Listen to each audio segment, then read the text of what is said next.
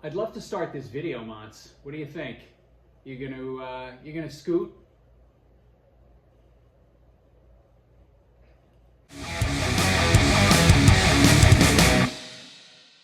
Welcome back to Drinking It In. I am your host, Chris Casara, and we are here to help you know more and drink better. And it is clear that the cats are running the house. I was going to do this video from the couch, but Cooper has decided to sleep there, so I don't want to disturb him. And at least we can start because Monty has left us alone. Well, maybe not. Hopefully he settles down and watches a little cat TV out here so we can talk about the Capital Grille wine list and what I would do if I were entertaining and needed to grab a couple of bottles.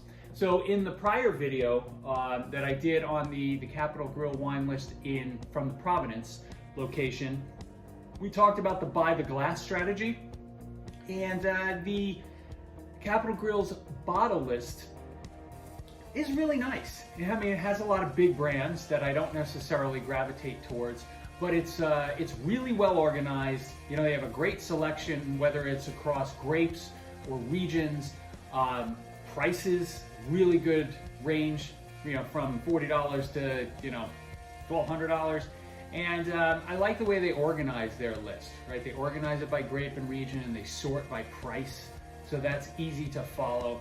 But I'll reinforce the fact that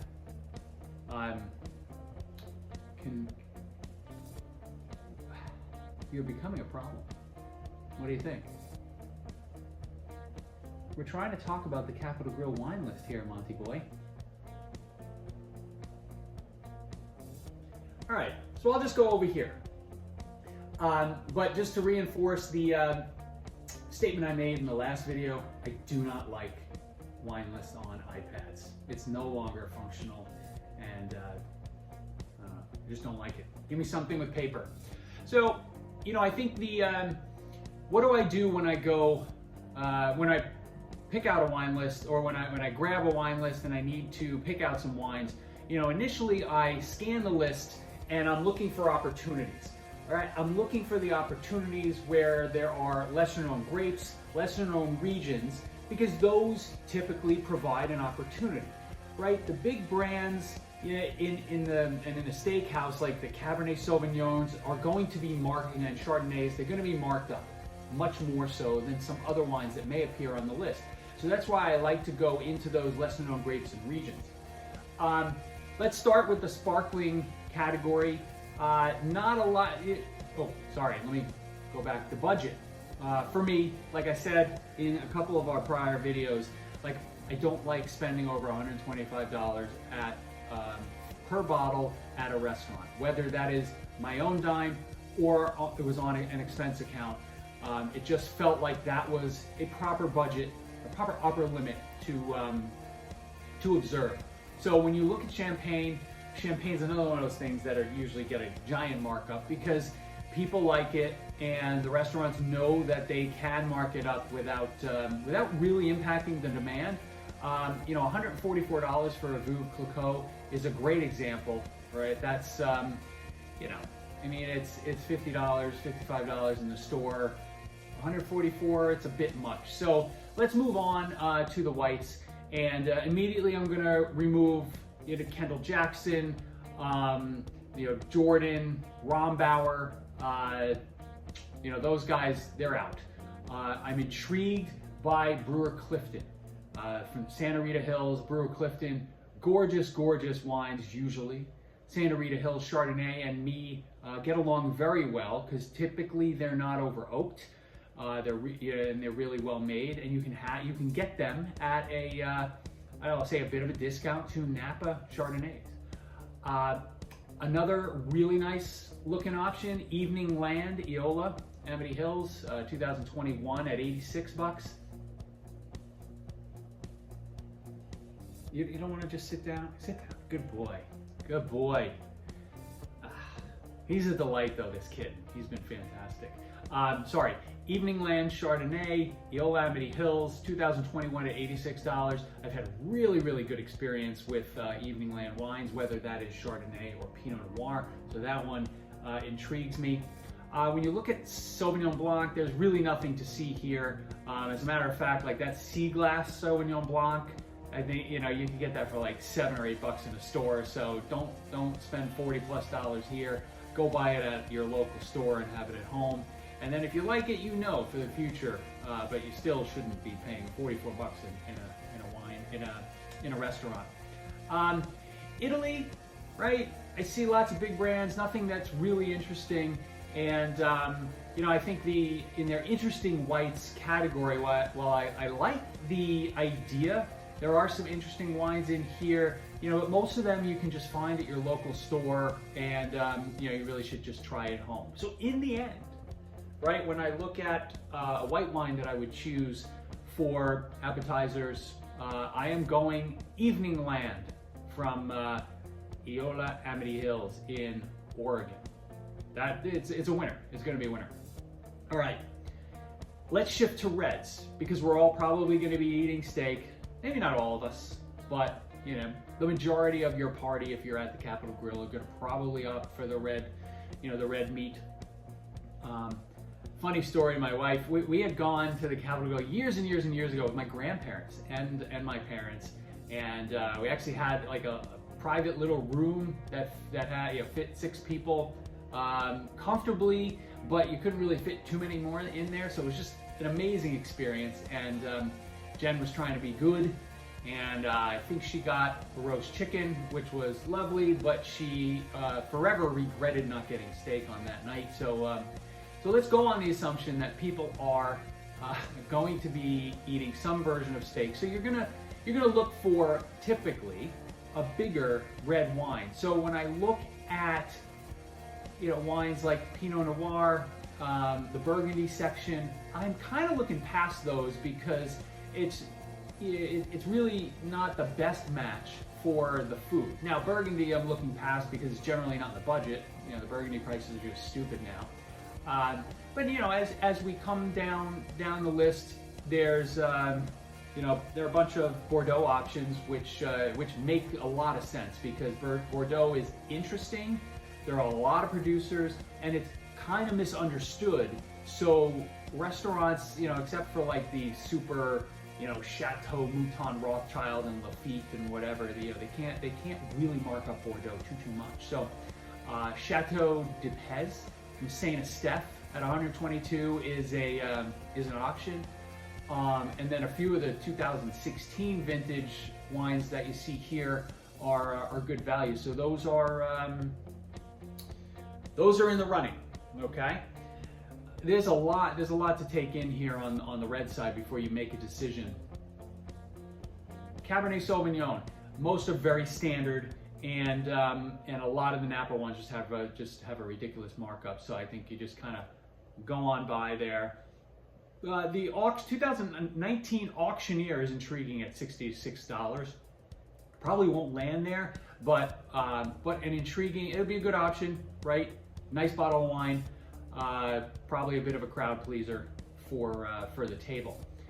If I look at the blends, right, the Taken 2019 red blend at 88, the Robert Craig Howell Mountain 2019 at 99, right? Howell Mountain, when the fruit is grown up in the mountains in Napa, Howell Mountain, really they're bigger wines, but usually really delicious. And when somebody's making wine up there where it's not easy to do, they're taking care to make excellent wines. It's very rare that a Howell Mountain wine comes out and you're like, somebody really took shortcuts in making this. I look at the Rhone side of things. I love a Syrah blend here. Most of them are just too expensive, but the Saint Joseph appellation usually provides some value. So there is a Jean-Louis Chave at 87, which would be a really nice wine there. Zinfandel, definitely overlooked. There's the Ridge here, the 2020 Ridge is always a really good producer at 106, a little pricey, but you wouldn't regret it if you bought it.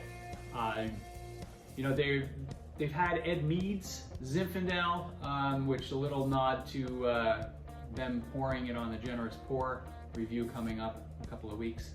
I don't think that was on the list though. So let's go, now we go into, we have the Italy, we have Spain, we have the interesting red section. So Italy, there's a lot of bargains, right? Nobody understands Italy, so that provides opportunity. The Renato Ratti Barbera would be a great option just for, I mean, more of a better option if you're in an Italian restaurant, because I don't think it'll be big enough. I think it'll be a little bit light for a big steak meal. My secret steakhouse weapon is Chianti Classico, but I'm not seeing a lot of options here that resonate with me, so I am going to pass. But I spy a Paolo Scavino Barolo 2020, new, recent vintage at 99 bucks. But the base Barolos from Paolo Scavino and GD Vira are another secret weapon. Usually you can have them for under $100, and I put them up against any Napa wine that you put in front of me.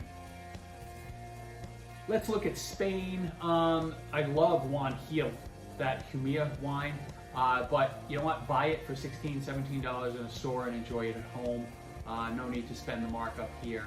Emilio Moro, Ribera del Duero at 70 bucks. It's going to be a bigger blend with Tempranillo. Probably has some Cabernet in it too, if I'm not mistaken. I've had that by the glass. Very nice wine. Perfect with the steaks. So that's definitely in the running. On the interesting reds, I'm intrigued by the Tablas Creek Grenache Petite Syrah blend at 68 bucks.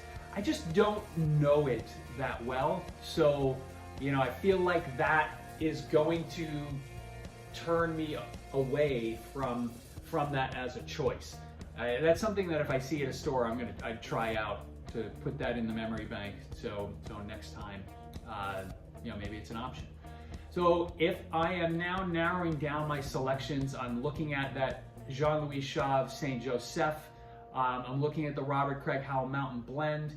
I'm looking at the Emilio Moro Ribera del Duero and the Paolo Scavino Barolo, and I'm going with the Paolo Scavino Barolo.